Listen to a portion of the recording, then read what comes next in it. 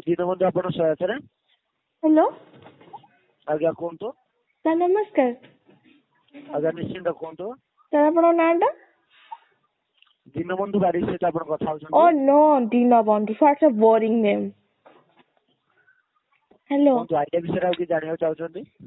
sir actually कोन हेची कहले मु भूल आईडिया सिम टा पक्के देछि मु काढीबा को चाहूची मोर डाटा पैक तो अछि ना मार्च मास तो डाटा बैलेंस बदले मते पैसा रिटर्न कर दो ना मु सिम टा फोपाड़ दियंती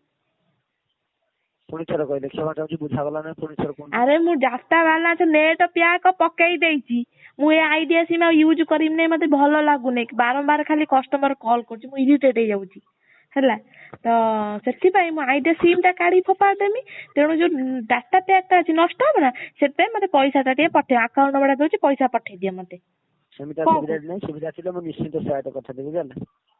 ଓ ଏମିତି କଣ ହଉଛ ଦିନ ବନ୍ଧୁ ତମେ ଦିନ ଅଧିକା ବନ୍ଧୁ ସେଇଥିପାଇଁ ଏମିତି ହଉଛ ନନେଟ କରି କରନ୍ତୁ ନା ସେମିତି କିଛି ସୂଚନା ନାହିଁ ଆରେ ଦେଖ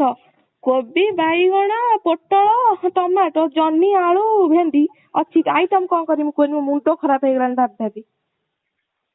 ବାରମ୍ବାର ନନେଟ କରି ନନେଟ କରି କଲେ କ୍ୱାଲିଟି ବାଧ୍ୟ ହବ ଆରେ ନା ନା ଶୁଣ କଲ କାଟିବ ତ ଦେଖିବ ବହୁତ ଖରାପ ହବ କହୁଛି ଆଉ ଜଣେ ତମ ସିନିୟର ଅଫିସରକୁ ଟ୍ରାନ୍ସଫର କଲ ମୁଁ ତମ ସହିତ କଥା ହବାକୁ ବୋର ଲାଗୁଛି ସିନିୟର ପାଖକୁ ଟ୍ରାନ୍ସଫର କରିବା କିସ ଲାଗୁଛି କୋଉଠି କିଛି ହୋଲ୍ଡ ରଖିପାରେ ହଁ ହୋଲ୍ଡ ରଖି ଟ୍ରାନ୍ସଫର କର प्रिय ग्राहक माय आइडिया आप द्वारा निज आइडिया नंबर बिल पेमेंट एवं जेकोसी आइडिया नंबर रिचार्ज करंतु इंस्टॉल करबा पई प्ले स्टोर को जाई माय आइडिया ऐप डाउनलोड करी रजिस्टर करंतु होल्ड रे तथाता सर सीनियर एरिया अन्य कली व्यस्त छथि क्वालिटी ट्रांसफर करियो नै बुझले धन तमे जति एमिते हो को करिमे कहला मो के बॉयफ्रेंड नै ओडो बॉयफ्रेंड ठीक कर दे ननेडे करी करछथि ननेडे करी गले क्वालिटी बाध्य देखो तमे दिनर बंधु दिनरिया बंधु एमिति जमा हुओ ना हेलो दिन बंधु हे आइला हे दिन बंधु खेलिला আজি খেলিব दिन बंधु हे आइला दिन बंधु आइला मारी बसिला मारी भाई दिन बंधु हेलो सर नमस्कार तो सॉरी हां सर मुझे यार मो दिन बंधु फ्रेंड अछन ना तांको कहतले कोन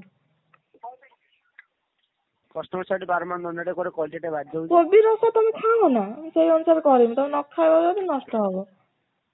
कस्टमर साइड बारमान ननेडे करे क्वालिटी बाध्य होजी दिन बंधु फोन काटिबनी दिन बंधु तुमको रहिला राण फोन आज तमे न काटी पारो हेलो दिनुआ